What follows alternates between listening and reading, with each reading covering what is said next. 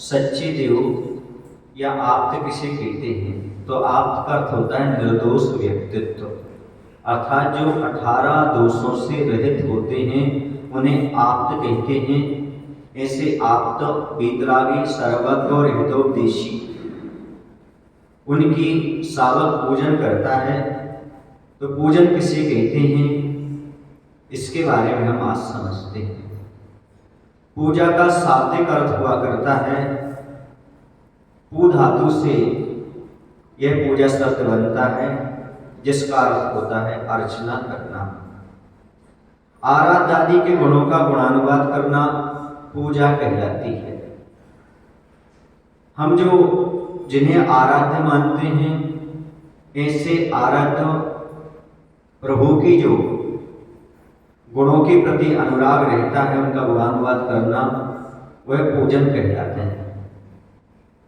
पू का अर्थ, पू धातु का अर्थ कई रूप में लिया जाता है। पवित्रता के रूप में लिया जाता है और मांजने के रूप में लिया जाता है, निर्मलता के रूप में लिया जाता है। तो सबसे पहले अपन समझेंगे पवित्रता। वैसे पूजन का अर्थ है स्नान करना। कैसे? शरीर का स्नान अलग है और मन का स्नान अलग है। जहां पर मन का स्नान होता है उसका नाम पूजा गृह होता है। अतः भगवान की पूजा करने से हमारा मन पवित्र होता है। एक विशेषता है भगवान की पूजा का, यही तो चमत्कार होता है कि तन स्वस्थ और मन पवित्र होता है। भगवान की पूजा करने से शरीर स्वस्थ होता है और मन पवित्र हुआ करता है। शरीर स्वस्थ कैसे होता है? भगवान की पूजन भक्ति करने से पुण्य का संचय होता है। जो असाता है वह साता में परिवर्तित होता है। तो असाता से रोग आदि आते, तो साता में कन्वर्ट हो जाता है, तो वह रोग आदि भी ठीक होने लगते हैं।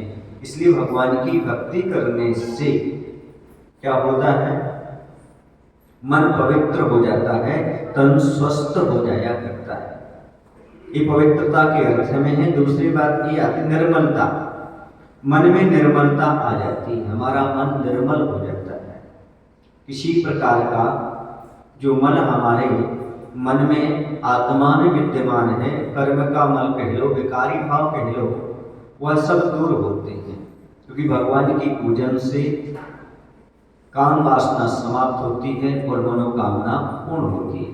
काम दाहिनी ऐसा कहा है, और यह काम का विषय वासना का दहन करने वाली है।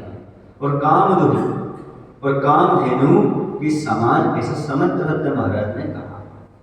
तो यह पूजन का अर्थ है। निर्मलता भी होता है।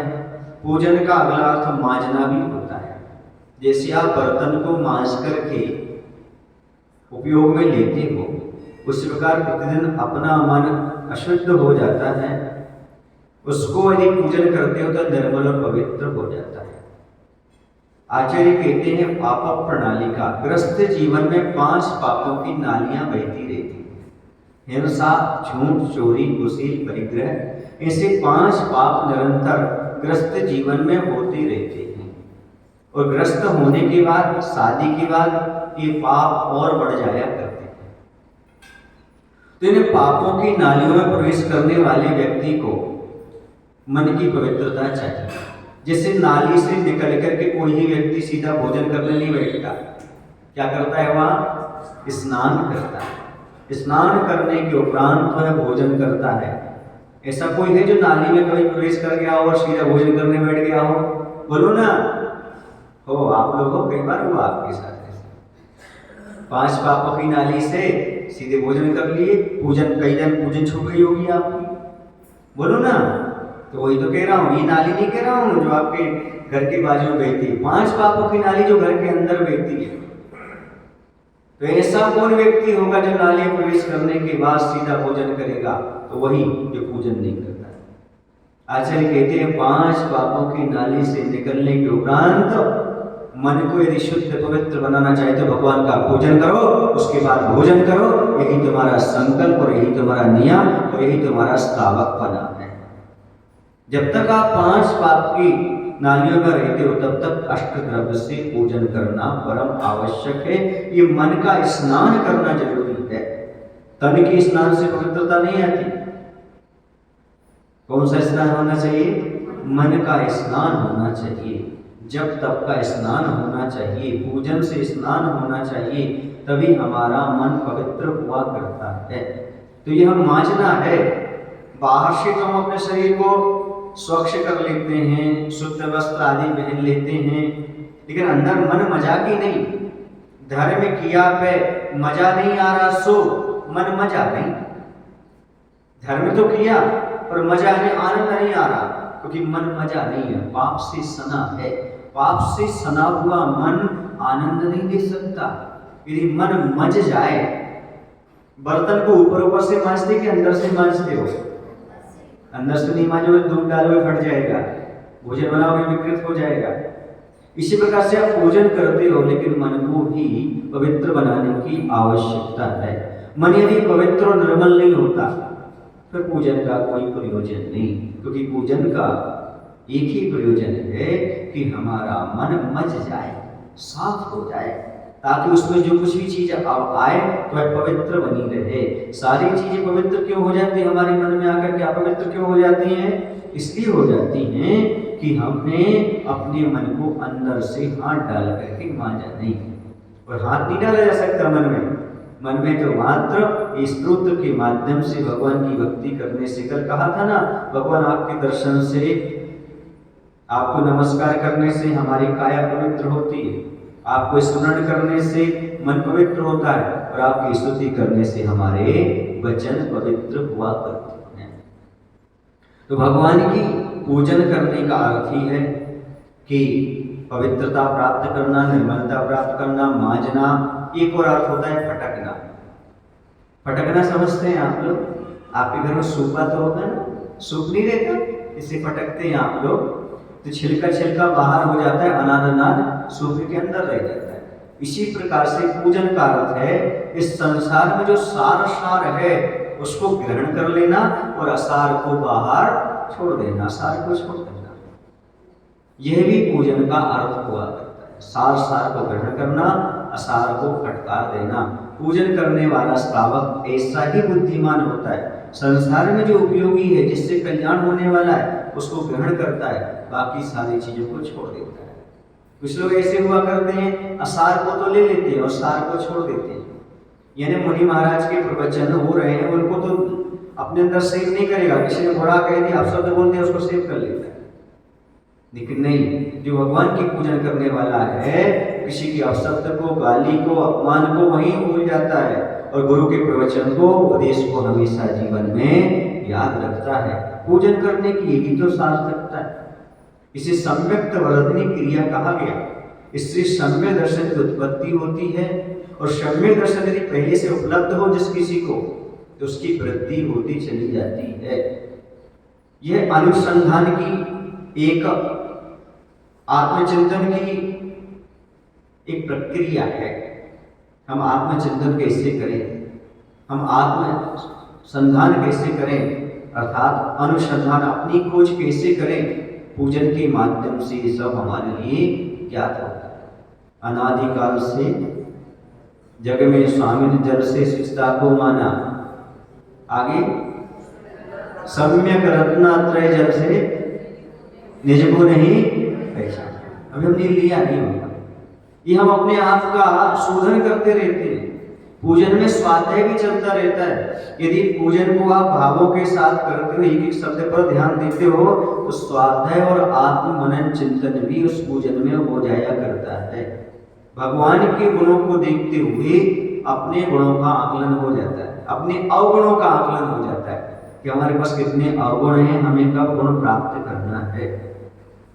तो यह पूजन का अर्थ हुआ अर्चना करना, आराध्य आदि के गुणों का गुणानुवाद करना, पवित्रता प्राप्त करना, मन को मांझना, निर्मल बनाना, फटकना, और अनुसंधान या आत्मशोधन करना। ये सब पूजन के अर्थ हुआ करते हैं। पूजन के कितने भेद होते हैं? तो पूजन के आगम में दो प्रकार के भेद मिलते हैं। एक द्रव्य पूजा होती, दूसरी भाव पूजा होती है। द्रव्य पूजा का अर्थ है जल, चंदन, अक्षत, पुष्प, नैवेद्य, दीप, धूप, फल और अर्घ चढ़ाकर भगवान का गुणानुवाद करना, यह कहलाती है द्रव्य पूजन। द्रव्य चढ़ाते हुए भाव लगाना द्रव्य पूजन। और भाव पूजन का अर्थ होता है अष्ट द्रव्य के बिना परम भक्ति के साथ जिनेंद्र भगवान के अनंत चतुष्टय आदि गुणों का कीर्तन करना भाव पूजन कहलाता है। हाथ जोड़ करके और द्रव्य के बिना जिनेंद्र भगवान के जो गुण हैं अनंत चतुष्टय आदि, उन गुणों का कीर्तन करना, गुणगान करना, ये कहलाता है भाव पूजन। दो प्रकार के पूजन हैं। दर्शन पूजन, अभिषेक आदि क्यों किया जाता है? तो तत्वाश्रुत के मंगलाचरण में कहा गया है बंदे तद्गुण लब्धे। हे भगवान, जैसे गुण आप में है वैसे गुणों की प्राप्ति मुझे भी हो, इसलिए आपके दर्शन, अभिषेक, पूजन किया कर रहा हूँ या किया जाता है या क्या किया करता हूँ, ताकि आपके गुण हमारे लिए प्राप्त हो जाएं। यह तो हमारे परंपरा से फल हो गया कि हम भगवान के गुणों को प्राप्त करके मुक्ति का लाभ प्राप्त करें। इसलिए और श्रावक का कर्तव्य भी है, श्रावक का आवश्यक है। समझ रहे आप लोग कि नहीं? छह आवश्यक में नहीं आता देव पूजन, गुरु उपासना, स्वाध्याय, संयम, तप और दान। तो यह श्रावक का कर्तव्य भी है। छह आवश्यक का पालन भी होता है भगवान की पूजन करने से। इसलिए भी हम भगवान का दर्शन, पूजन, अभिषेक आदि किया करते हैं। और हमारी दृष्टि तो ये बताती है कि हमारा शरीर कभी पवित्र नहीं होता, गृहस्थों का शरीर कभी पवित्र हो ही नहीं सकता, पर स्नान करने की क्या आवश्यकता है? तो मात्र स्नान इस उद्देश्य से करता है कि आज मुझे भगवान का अभिषेक और पूजन करना है, क्योंकि स्नान आदि का पाप बताया। स्नान करने से कितनी जीवों की हिंसा होती है, क्योंकि एक बूंद अनछने पानी में 36,450 तरस जीव होते हैं। इस खबर की तो गिनती नहीं, वैज्ञानिक उपनिषद ने किया। तो इतने जीव होते हैं, तो एक बूंद में इतने, तो एक बाल्टी में कितने सोचो। आप यदि एक बाल्टी पानी से स्नान करते हो, कितना पाप। तो बताया ये पाप बैतरणी नदी के फल को देता है। अर्थात बैतरणी नदी कहाँ पर है? नरसिंहपुर जिले में, भोपाल में। कहाँ है? नरकों में। अर्थात स्नान करने से जो पाप बंद होता है वह नरक ले जाता है। इसलिए वह भगवान से प्रार्थना करता है, भगवान मैं ग्रस्त हूँ, मेरा शरीर कहीं पवित्र नहीं होता, फिर भी गृह कार्यों में लगा रहता हूँ, इसलिए आज मैं स्नान कर रहा हूँ। इसलिए कर रहा हूँ कि मुझे आपकी प्रतिमा का अभिषेक और पूजन करना है, बाकी कोई उद्देश्य नहीं है। तो इस पाप को क्षय करने के लिए अभिषेक किया जाता है, जो स्नान का है। समझ में आ रहा है? यदि स्नान करते हो तो भगवान का अभिषेक, पूजन अवश्य करना चाहिए। क्यों? क्योंकि उस संबंधी जो पाप है उसका क्षय इसी माध्यम से होगा। आप लोग बोला भी करते हो, मैं बंधु जिन्हें देवी को करे अति निर्मल भाव, कर बंद के छेद ने और न कछु पाए। ग्रस्त के लिए दो मुख्य हैं धर्म, दान और पूजा, जिसके माध्यम से वह कर्म की निजरा कर सकता है, अच्छी तरह से अपने धर्म का पालन कर सकता है। अब द्रव्य पूजा और भाव पूजा के अधिकारी कौन है ये समझ लें।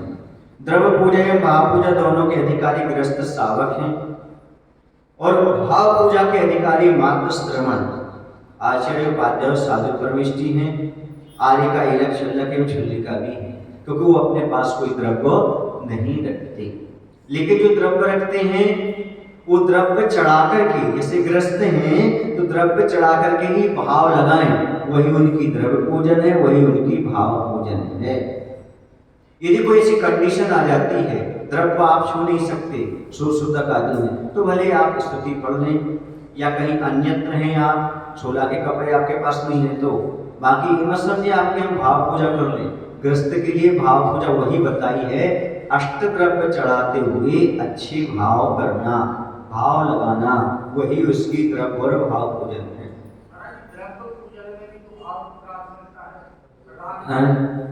वही तो कह रहा हूं, मैंने क्या कहा अभी, ग्रस्त के लिए भाव पूजा का अधिकार नहीं दिया, लेकिन द्रव्य चढ़ाती जो भाव कर रहा है वही उसकी द्रव्य चढ़ रही, द्रव्य पूजा हो गई, उसके भाव हो गए। वो इसलिए दिए कि भाव भी करो, द्रव्य के साथ ही भाव करो ना। नहीं, ऐसा नहीं है, द्रव्य के साथ ही भाव करो, भाव के बिना तो होता ही नहीं। आप घर से बिना भाव के पूजन के लिए निकल लो, हो गई नहीं पूजन, भाव तो रहते ही आपके पूजन की। ये बात अलग, कितने उत्कृष्ट भाव रहते, किसी के मध्यम रहते, किसी जघन्य रहते, बिना भाव के तो कोई पूजन करता ही नहीं है, क्योंकि आप ग्रस्त हो, भाव अंदर उत्पन्न हुआ है तभी तो आप पूजन करने जा रहे हैं। अब भाव किस प्रकार की, ये बात अलग है, यहाँ पर भावों की निर्मलता की बात की जा रही है, क्योंकि बिना भाव के, आपके पास भाव ना हो तो आप मंदिर आए ना, कुछ ना कुछ भाव तो है। यहाँ भाव का अर्थ ये है आपके लिए, ग्रस्तों के लिए द्रव्य लाते हुए भी अच्छे भावों के साथ पूजन करें, उसमें भाव लगाएं, मात्र पढ़े ना। कुछ लोग ऐसे आते हैं कि इस थाली का सन चढ़ाया, ये नहीं पता पड़ा हमने कौन सी पूजन कर ली। कभी कभी ये होता है कि जल चढ़ाया कि चंदन चढ़ाया, यही भूल जाते हैं, उपयोग यहाँ वहाँ रहता है, उनसे कहा जा रहा है। कुछ लोग ऐसा करते हैं कि द्रव्य धोते चले जाएंगे और बिना पाठ का द्रव्य धोने में हो जाएगा, तो ऐसे लोगों से कहा जा रहा है कि भाव के साथ करें। ऐसा नहीं है कि आप वहां पर चंदन में घिसते जा रहे हैं, द्रव्य भी धोते जा रहे हैं और बोलते जा रहे हैं यह मेरे ठाड़ो होए के प्रथम पढ़े जो पाठ धन्य जिनेश्वर देवजन। तो ये थोड़ा सा विवेक रखना है। पूजन के लिए अच्छे से समय निकालिएगा, भोजन के लिए तो आप समय निकाल लेते हो, अच्छा भोजन की थाली के लिए और पूजन की थाली के लिए कितना समय? भोजन की थाली के लिए 1.5 घंटे लग जाते सजाने में, बोलो ना। हाँ, और पूजन की थाली कोई में विनय पाठ हो जाए, उसी में थाली हो जाए, उसी में आदि पूजन निपट जाए। ये नहीं, निपटाना नहीं है, अपन को बेकार नहीं डालना, बघार लगाना। बिगाड़ना अलग होता और बघार लगाना, बघार समझते हो? जैसे वस्तु में बघार लगा दो सब्जी आदि में, उसका स्वाद बढ़ जाता है, वैसे द्रव्य में बघार लगाओ, भाव लगाओ, ताकि उसका स्वाद बढ़ जाए। उसका महत्व यहाँ पर है, स्वाद बढ़ाने की बात है। स्वाद मतलब आनंद, आनंद आना चाहिए, मात्र निपटाना नहीं होना चाहिए। आदर पूर्वक हो, पूरा समय उसी में लगाया जाए, यहाँ की बातों को कम कर दिया जाए और खड़े हो गए। कुछ लोग तो बैठ करके बोलते रहते, यह मेरे ठाड़ो होए के, हाँ यह मेरे बैठ हो के नहीं बोलते, बैठे हुए हैं। अब कहना लोग ये भाव पूजा, ये भाव पूजा नहीं है। हाँ, यही मेरे ठाड़े होए के। विनय पाठ कहीं बैठ के करना ही नहीं चाहिए, विनय पाठ को हमेशा खड़े होकर के ही करना चाहिए। देखो, बिना विनय के पूजन प्रारंभ नहीं होती, विनय पाठ से ही पूजन प्रारंभ हुआ करती है। विनय का कितना महत्व है जीवन में, इसलिए विनय के साथ पूजन करना। पूजन के और भी वेद बताए हैं, 5 वेद बताए आगम में।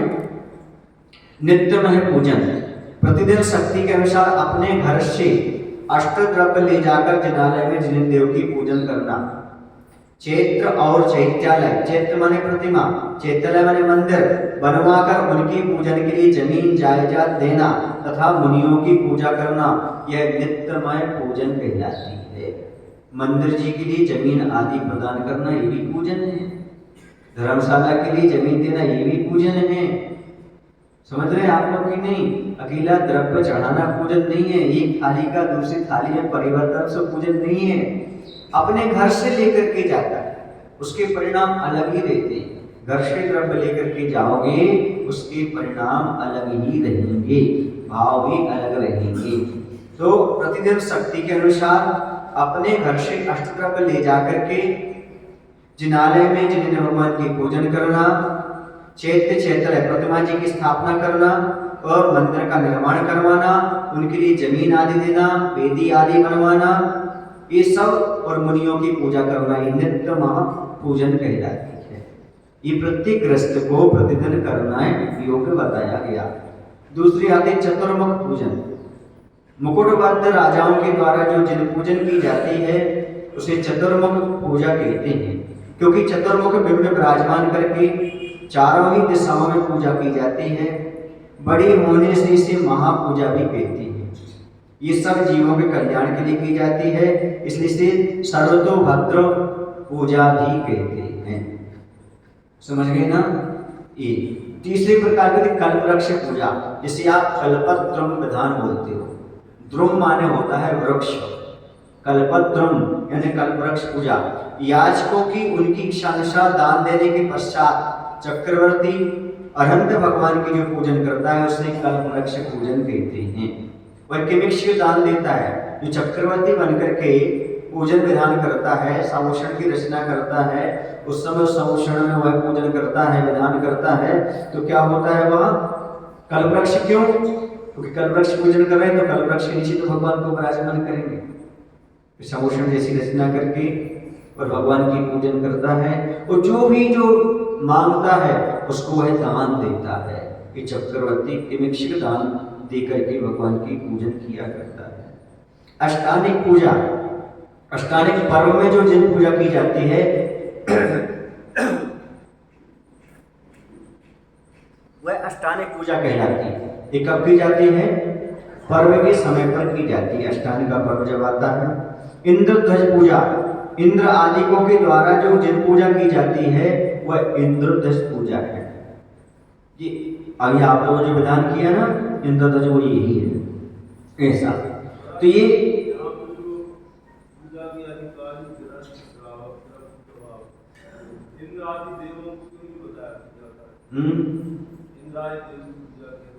मना नहीं किया गया।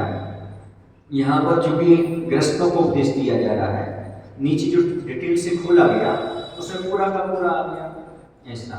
ग्रस्त के जो भी सावक के रूप में होंगे, चतुर्वस्थानवर्ती होंगे, उन सबके लिए पूजन करने का विधान है, चाहे वो देवता हो चाहे मनुष्य हो।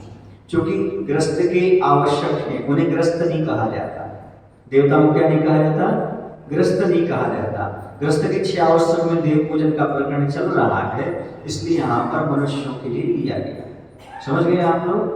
बाकी देवता पूजन तो करते ही, उनके यहाँ तो नियम जैसा रहता ही है। आप लोगों को ये समझाना पड़ रहा है, इसलिए आपको बताया जा रहा है। क्योंकि उनके पास कोई आजीविका का साधन नहीं होता, उनका कोई ऐसा निजी घर नहीं होता जो उन्हें कमाया हुआ हो, बनाया हुआ देवताओं ने। समझ गए ना? क्योंकि तो सब विक्रिया से सब चीजें प्राप्त हो जाती हैं। आपको ये महत्वपूर्ण है। और ये बताया अन्य जगह 3 प्रकार के पूजन और बताई अन्य ग्रंथों में, नित्या, नैमित्तिकी और काम्या। इसे 3 भेद पूजन के बताए। ये आप लोग पहली बार सुन रहे होंगे शायद। पहली है नित्या, यह पूजन पापजन्य विघ्नों को नष्ट करने के लिए की जाती है, गृहस्थों के द्वारा करने योग्य है। जल आदि अष्टद्रव्यों से प्रस्तुत की जाने वाली पूजा ये नित्या पूजा कहलाती है। और जिस किसी पर्व आदि के निमित्त से की जाती है, जैसे अष्टांग का पर्व है, दीपावली पर्व आदि के समय की जाती, ये नैमित्तिक की पूजा कहलाती है। नित्य पूजा किसी निमित्त को पाकर करना, अष्टांग या दीपावली आदि निमित्त मिल जाए तो नैमित्तिक की पूजा होती है। तीसरी होती काम्या, यानी कामना रख करके, शांति तथा पुष्टि सत्कर्म को लक्ष्य रख करके जो पूजा की जाती है वो काम्या पूजा कहलाती है। यह पूजा पाप ताप को नष्ट करने वाली हुआ करती है। जैसे कोरोना काल में आपने शांति विधान आदि की, एक काम्या पूजा के अंतर्गत आ जाएगी। विश्व शांति हो, सबका कल्याण हो, रोग शोक दूर हो, ऐसी कामना रख करके जो आप करते हैं, सुभिक्ष हो, अकाल ना पड़े, तो ये सब जो होती शांति के लिए, पुष्टि के लिए की जाती है, काम्या पूजा कहलाती है। नित्य पूजा, नित्या पूजा, नैमित्तिकी पूजा और काम्या पूजा, ऐसे 3 भेद भी पूजा के मिलते हैं। और भी 3 प्रकार के भेद मिलते हैं पूजन के, जो आप लोग सुनते आ रहे हैं, लेकिन आप पूजन के बारे में नहीं सुन रहे होंगे। जैसे तामसी, राजसी और सात्विकी पूजा, ऐसे 3 भेद भी आगम में मिला करते हैं। सेवकों के द्वारा जो पूजा कराई जाती है वो तामसी पूजा। सेवकों को कह दिया, लो ये द्रव्य ले जाओ, भगवान के यहाँ चढ़ाना, पूजन कर लेना, या पुजारी लगा करके आपने पूजा करवा दी, ये कहलाएगी तामसी पूजा।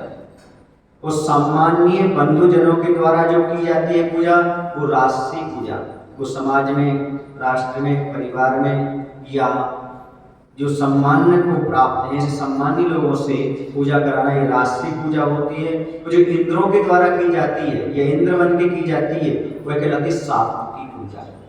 ये 3 प्रकार की, तामसी, राष्ट्रीय और सात्विकी। सबसे अच्छी है सात्विकी पूजा, क्योंकि इसका लिखा भी है आगम में कि जो तामसिक पूजा होती है इसका 10 उपवास का फल मिलता है ये पूजा करने से, और जो राष्ट्रीय पूजा है ये करने से 100 उपवास का फल मिलता है। लेकिन सात्विकी पूजा करने से स्वर्ग और मोक्ष लक्ष्मी का समागम प्राप्त होता है, सुखरूप फल शीघ्र ही प्राप्त होता है। तो ऐसे ये पूजन की भेद अन्य जगह अन्य प्रकार से शास्त्रों में प्राप्त होते हैं, उपलब्ध होते हैं। अब इसके बाद अपन चलते हैं पूजन के पर्यायवाची नाम कौन कौन से हैं। याग, आप लोग करते हैं ना याग मंडल विधान, यानी सारी पूजाओं का समूह जिसमें रहता है वह याग मंडल, यानी पूजा मंडल, यानी पूजन का समूह जो होता है, तो याग मंडल विधान। कोई भी आप वैदिक फेस्ट आदि करते उसमें कौन सा विधान करते? सबसे पहले याग मंडल विधान। यज्ञ, क्रतु, सपर्या, इज्जिया, अध्वर, मख और मह, ये सब पूजा के पर्यायवाची नाम। याग कह लो, यज्ञ कह लो, क्रतु कह लो, सपर्या, इज्जिया, अध्वर, मख और मह, ये सब पूजन के पर्यायवाची नाम हैं। अब हम समझे पूजन के कितने अंग हुआ करते हैं। पूजन के 6 अंग होते हैं, कुछ 5 भी देते हैं। यदि अभिषेक को ना लिया जाए तो 5, और अभिषेक सहित हो तो 6 अंग हो जाते हैं। अभिषेक, आवाहन, स्थापना, सन्निधिकरण, पूजन और विसर्जन, ये कितने अंग हो जाते हैं? 6 अंग। कुछ लोग अभिषेक छोड़ देते हैं, कुछ लोग आवाहन, स्थापना, सन्निधिकरण बोल ही नहीं पाते, ठाटा ठाटा ठाटा कर करके तीनों निपटा देते हैं। जबकि आवाहन अलग चीज है और स्थापन अलग चीज है और सन्निधिकरण अलग चीज है, क्योंकि वो वर्षों से करते आ रहे हैं, वही हम समझा नहीं सकते, तो उन लोगों के लिए बहुत मुश्किल है।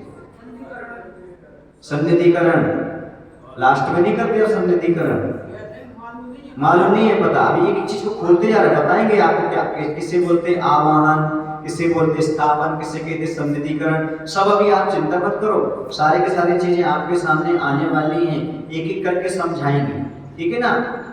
तो आवाहन का अर्थ है भगवान को बुलाना, स्थापन का अर्थ होता है विराजमान करना, सन्निधिकरण माने एकाकार, भगवान का और हमारी आत्मा का एकाकार होना, ये सन्निधिकरण कहलाता है। समझ गए ना? ऐसा। तो कुछ लोग एक ही में ठा ठा ठा में सब कुछ कर देते हैं, क्या करके ये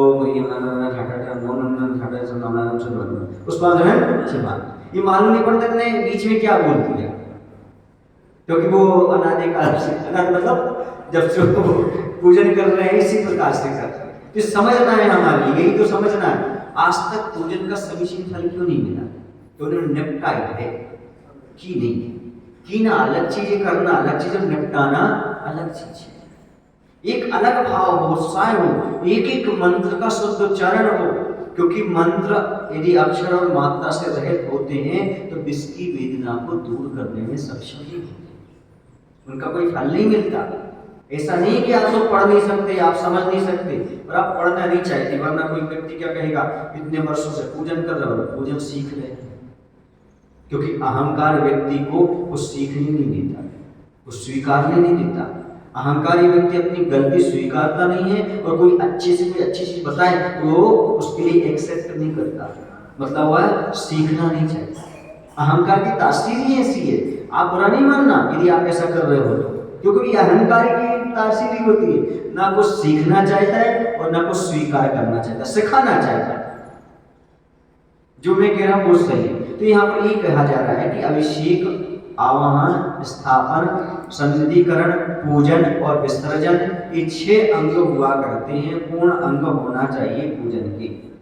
अभिषेक किसे कहते हैं? अभिमुख रूपेण सिंचती अभिषेकः, संपूर्ण प्रतिमा जल से सिंचित हो। इस प्रकार प्राशुभ जल की धारा जिन प्रतिमा के ऊपर से करना अभिषेक कहलाता है। समझ गए ना? बस धारा नीचे तक पहुंच जाए, ऐसा नहीं कि आप धारा करते चले जा रहे हैं, आपके पास बड़े बड़े कलश से आप धारा करते चले जा रहे हैं, ऐसा नहीं, नीचे तक धारा पहुंच गई प्रतिमा की, बस अभिषेक हो गया। क्यों? क्योंकि जो अभिषेक का जल नीचे पहुंचेगा वो गंधोदक, उसका विसर्जन भी तो करना पड़ता है। कम से कम होगा तो कम से कम विसर्जन करना पड़ेगा, कम से कम पानी उपयोग होगा। देखो क्रिया तो करो, मना नहीं है, पर विवेक के साथ करो। इतना भी मत करो कि जैसा आप अभिषेक कर रहे हैं और उसका जल जो है ना भगवान से स्पर्श होकर के आपके शरीर पर चढ़ रहा है, पैरों में चढ़ रहा है, नीचे जा रहा है, तो ये तो असाधना हो गई। इसलिए उतना ही जल उपयोग करना चाहिए कि संपूर्ण प्रतिमा सिंचित हो जाए, उतना अभिषेक पर्याप्त है। अभिषेक कितने प्रकार का होता है? तो ग्रंथों में अभिषेक 4 प्रकार का बताया, जन्माभिषेक, राज्याभिषेक, दीक्षाभिषेक और चतुर्थ जो अभिषेक होता है उसका नाम है प्रतिमाभिषेक। तो जन्माभिषेक सौधर्मेंद्र तीर्थंकर बालक को पांडुक शिला पर ले जाकर के जो करता है वह जन्माभिषेक कहलाता है। राज्याभिषेक जो तीर्थंकर राजकुमार को राजतिलक के समय किया जाता है वह राज्याभिषेक कहलाता है। दीक्षाभिषेक यह तीर्थंकर को वैराग होने पर दीक्षा लेने के पूर्व किया जाता है, वह दीक्षाभिषेक कहलाता है। चतुर्थ अभिषेक कहलाता है जिन बिंब प्रतिमा जो जिनमें प्रतिष्ठा में ज्ञान कल्याण के पश्चात किया जाता है।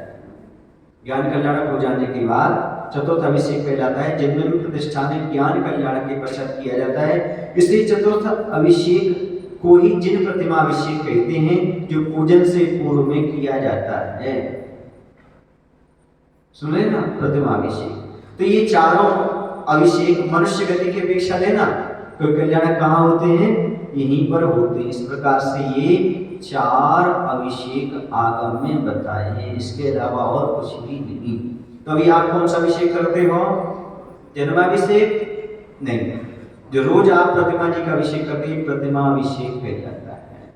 ये प्रतिमा अभिषेक प्रतिदिन करना चाहिए। कुछ लोगों का कहना है कि जब भगवान स्नान नहीं करते, हमारे साधु परमेष्ठी भी स्नान नहीं करते, तो प्रतिमा को स्नान क्यों करा रहे? हम भगवान का अभिषेक नहीं, भगवान की प्रतिमा का अभिषेक करते हैं। एक प्रश्न उठता है कई लोगों के मन में कि आखिरकार भगवान का अभिषेक करना क्यों, उनके चरण छूना क्यों, और प्रतिमा की जरूरत क्या? हमारे मन में भगवान आ गए, हमने सब कुछ कर लिया, जरूरी नहीं कि हम अभिषेक कर करके हम पुण्य बढ़ाएं, हम अपने भाव निर्मल बनाए, वैसे ही बना सकते हैं।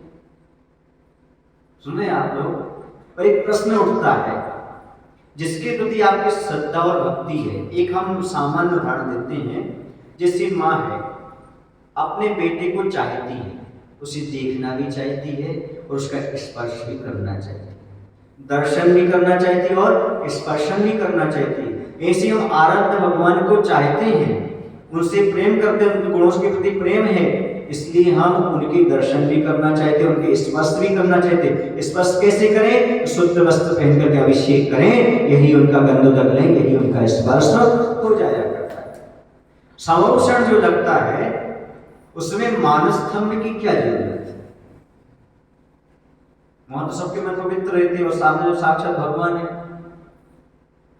तो समोषण में प्रतिमाएं होती है कि नहीं होती? बोलो ना, क्या जरूरत है? साक्षात भगवान समोषण में है तो बाहर मानस्तंभ में प्रतिमाएं क्यों? ये मायावी होती है कि सच्ची होती है प्रतिमाएं? बोलो, वो प्रतिमाएं सच्ची होती है कि मायावी होती है? यदि मायावी है तो फिर मान नहीं गल सकता। इंद्रवती का मान गल गया, पूजनी नहीं हो सकती, तो ये मायावी नहीं होती, भी आकृति में होती। कैसी होती हैं? हाँ, वो चारों दशाओं में मनस्तंभ में रखी रहती हैं। अब साक्षात भगवान की प्रतिमाओं में क्या आवश्यकता? आपके मन में प्रश्न नहीं उत्पन्न हुआ कभी? तो सुन लो, इसका उत्तर ये है कि भगवान जब केवल ज्ञानी हो जाते हैं तो ना तो है किसी चीज से स्पर्श होते हैं और ना कोई उन्हें स्पर्श कर सकता है। गणधर परमेष्ठी भी तीर्थंकर को स्पर्श नहीं कर सकते। इसलिए भगवान को कैसे स्पर्श करें? तो मानस धर्म के भगवान का अभिषेक करके, उनका गंधोदक लेकर के, उनके चरण छू करके स्पर्श कर लिया करके। समझ में आ रहा आपको कि नहीं आ रहा? और उसकी तो अनादिकाल से व्यवस्था है, तो व्यवस्थित है ही। उसमें प्रतिमाएं इसलिए भी हुआ करती हैं कि हम भगवान को छू नहीं सकते। तो भगवान को छूने का सबसे पहला उपाय है या साधन है, अभिषेक करके ही भगवान को स्पर्श किया जाता है। वैसे भगवान को स्पर्श नहीं करना चाहिए। अभिषेक हो जाने के बाद, प्रक्षालन होने के बाद जो आप प्रतिमा जी विराजमान करते थे, इसके बाद फिर आप भगवान को स्पर्श नहीं करना चाहिए। जहां जो परंपरा चला रहे हैं वो गलत कर रहे हैं। पर गंधोदक लेकर के ही भगवान का स्पर्श हो गया, ऐसा मान लेना चाहिए। यदि भगवान का अभिषेक हो गया, प्रतिमा जी विराजमान हो गई है वेदी में, फिर आप थोड़े से लेट आते हैं, तो अब आप भगवान को छूइए मत। अब आप गंधोदक ले लीजिएगा, कोई भगवान से स्पर्शित होकर के आया है, उसमें अपना काम चला लीजिएगा, वह भी इसी रूप में आ जाएगा। नहीं, मेरा तो अभिषेक का नियम है, भगवान के चरण छूने का नियम है, ये अतिरिक्त बातें हैं। फिर आप समय पर आएगा, नहीं वो गलत बात है। हमने देखा, ये तो आप रगड़ने की बात कर रहे हैं। हमने देखा बचपन में बाहुबली भगवान के ऊपर की वेदी में जहां हम पूजन करते थे, तो एक दादाजी आते थे तो भगवान के पैर दबाते रहे। अब बोलिएगा, ये अंधश्रद्धा है, क्योंकि केवल ज्ञान की बात तो भगवान को भगवती की जरूरत पड़ती ही नहीं है। ये अतिरेक है भक्ति का। ये विवेक के साथ भक्ति करना चाहिए, ना तो पैर रगड़ना चाहिए, अपना मेल नहीं लगाना चाहिए भगवान के चरणों में, अपना मेल अंदर का समाप्त हो, ऐसे भाव से अभिषेक करके और उसी समय चरण छू लेना चाहिए, गंधोदक लेना चाहिए। परिमार्जन करने के बाद जो आप भगवान को विराजमान करते थे, फिर भगवान को स्पर्श नहीं करना। जब आप द्वारा दूसरे में अभिषेक करो तभी स्पर्श करना चाहिए। सही विधि तो यही है। बाकी अपना अपनी नकली और अपना अपना टका शेर भाजी, टका शेर खाजा, अंधेर नगरी चौपट राजा, इसकी बात मैं नहीं कहना चाहता। जो सही सही बात है, तो आगम संबंध जो है वो हमने आपके सामने दी, क्योंकि भगवान जी एक पुतरिया नहीं है। और अभिषेक करते समय ये भी ख्याल रखना चाहिए कि भगवान आपके सिंहासन सहित ही आप अभिषेक करिएगा। भगवान की प्रतिमा नीचे से पैर आदि अभिषेक के जल से डूबना नहीं चाहिए। ये विवेक हमेशा रखना चाहिए। इसलिए सिंहासन सहित ही आप उस जो सला रखते हैं आप लोग, उसके ऊपर या जो आप कटनी बनाकर रखते हो या थाली रखते हो, उसमें सिंहासन रखो, सिंहासन के ऊपर भगवान को विराजमान करो और अभिषेक करना चाहिए। भगवान की प्रतिमा पानी में डूबना नहीं चाहिए। समझ रहे? डुबाना नहीं, अभिषेक करना है। क्या करना है? ये भी ध्यान रखना चाहिए। अब जिन प्रतिमा अभिषेक कब से चल रहा है, ये मन में प्रश्न उत्पन्न होता है कि अभिषेक कब से चला रहा है। तो देखो, ये तो अनादिकाल से चला रहा है। कहां से चला रहा? अनादिकाल से, क्योंकि स्वर्ग आदि अनादिकाल से, स्वधर्म आदि अनादिकाल से, अकृत्रिम चैत्यालय अनादिकाल से, नंदीश्वर दीप आदि अनादिकाल से है। इसमें देवता जाकर के अभिषेक पूजन करते हैं। स्वर्ग विमानों में भी अपने भगवान का अभिषेक पूजन करते हैं।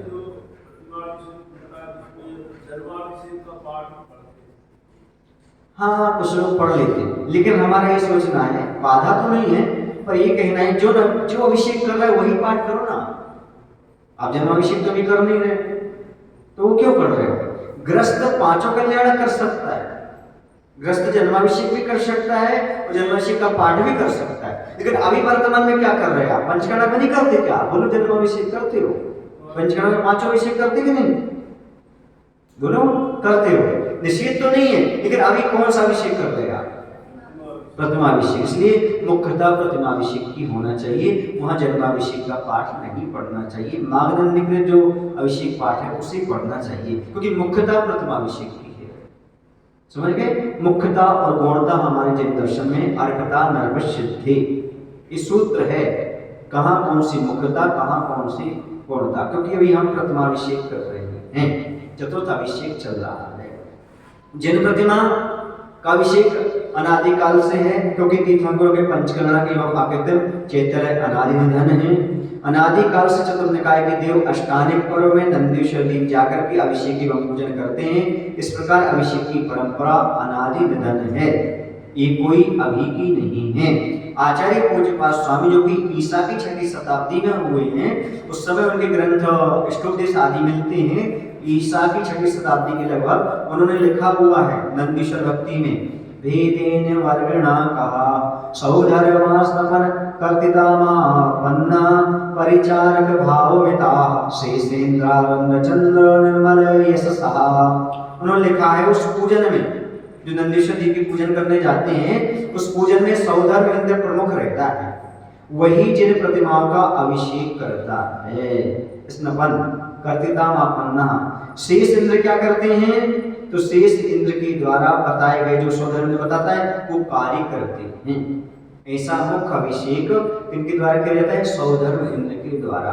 तो ये आगम में उल्लेख है कि वहां पर अकृत्रिम चैत्यालयों की नंदीश्वर आदि की प्रतिमाओं का अभिषेक इंद्र लोग किया करते हैं। अर्थात इंद्र कब से हैं, कब से इंद्र बनते आ रहे, अनादिकाल से।